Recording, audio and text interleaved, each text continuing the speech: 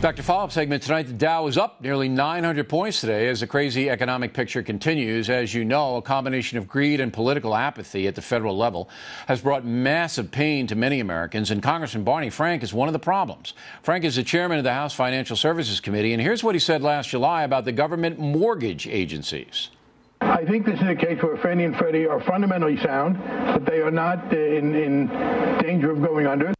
Well, 2 months later, of course, they did go under, and millions of Americans who listen to Frank lost tens of millions of dollars. And that's not all. As a far-left guy, Frank consistently pushed giving mortgages to people who didn't have resources to pay them. When warned this might cause massive defaults, here's what Frank said. Exaggerate a threat of safety and soundness. The more people conjure up the possibility of serious financial losses to the Treasury, which I do not see. So, once again, Frank was dead wrong.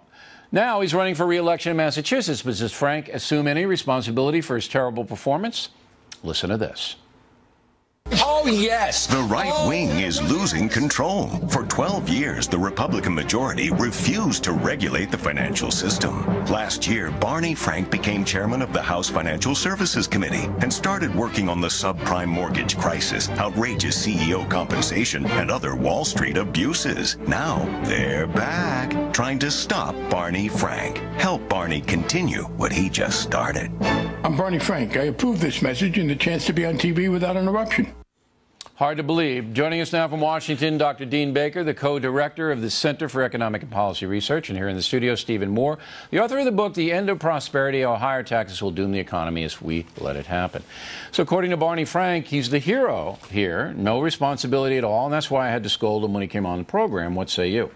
Well, talk about chutzpah. I could not believe that political Can't believe it either, I mean, but he did. I wouldn't say that Barney Frank is the most responsible American for this financial crisis, but I'd put him in maybe the top 3 or 4. I'd maybe say Alan Greenspan is the most responsible. Because he dropped interest rates so low. He built up that bubble. Right. But, you know, you didn't even play the best part of one of those hearings when he said, I want to roll the dice with the housing market with Fannie Mae and Freddie Mac. He consistently defended Fannie Mae and Freddie Mac up to the bitter end. That one clip was from just a few months ago, July. Unbelievably. Yep. And I would say this about him. He also, the question is, why did politicians like Barney Frank so ferociously defend Fannie Mae and Freddie Mac? In my opinion, follow the money, Bill. Follow the money. He was one of the top 5 congressmen to get money from the Fannie Mae and Freddie Mac PAC. And by the way, he never has given that money back. What do you say, Dr. Baker? Well, I think you're misplacing blame here. I mean, Barney Frank I'd have on my list, but maybe in the top 1,000, top 10,000. There were a lot of people that missed the bubble, and I think a lot of people deserve a lot of blame. I was out there haranguing everyone I could for the last 6 years about the housing bubble, saying that was going to end very badly. Fannie Mae and Freddie Mac weren't giving out loans because they wanted to help poor people. They were giving out loans because they were making money hand over fist. And in fact, they were relatively minor players in the sense that they got big into the subprime and Alt-A, these questionable mortgages, because they were losing market share. Okay, so, but wait a minute. We could blame them, but they were trailers. If you're an American and you hear the chair of the House Finance Committee say there's no problem with Fannie and Freddie, and the stock goes down, you say, you know, it's a good buy. So let me go on in there and buy up some shares, and then millions of people did, and they lost everything. That's not right. And all I'm asking, look, everybody makes mistakes, Dr. Baker, but Frank is lying about his mistakes. He's involved. He and Dodd, they screwed up. So did President Bush. So did Chris Cox. The overseers in the federal government, Dr. Baker, screwed up on every level because guys like you don't have any power. You can tell people, hey, the bubble's bad, but these guys had power to stop the bad loans, and they did not. Well, no, he actually came in after, as chair at least, after almost all the bad loans had gone out the door. But he could have warned. He could have been Paul Revere, another Massachusetts person. He didn't. What he said was everything was fine, and that was either a lie or it was wrong. There's 1,000 people here in Washington and New York in the media who could have and should have been. There's one who's in charge of the Senate Finance Committee. That's the point. One in the House. Him. Right. And to give him a pass, I'm surprised at you, Dr. Baker. I really am. You know how many people got hurt because of this guy?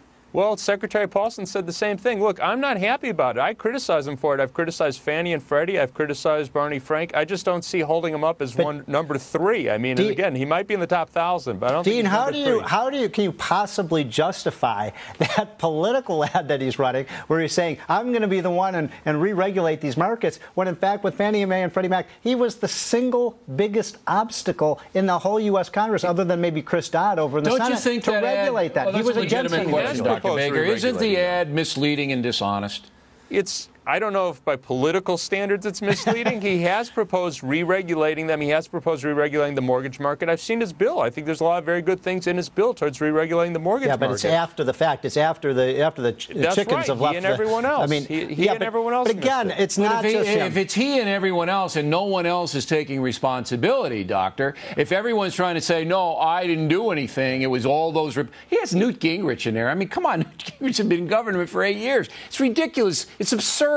You had the whole Bush administration that. Wait a minute, Dean. Look, I blame the Democrats for this too. It was a bipartisan mess up. But Dean, it was George. Came in after. Dean, it was the Bush administration that wanted to regulate Fannie Mae. That was the purpose of that hearing. Yeah, but President Bush did not sound the alarm either. They went to the Hill many times. Fannie and Freddie were losing market share. You had the countrywides out there. You had the private issues of mortgage-backed security. Sure. Fannie and Freddie had 50% market share back in 2002. All right, look, we're getting a little too micro here. Right. My point of the matter is that they were followers, not leaders. So okay. Well, Barney Frank is certainly not a leader. He's certainly not a leader. The regulation, and he's trying to convince everybody that he's a big hero when he's not. And that's the bottom line. Gentlemen, thanks very much.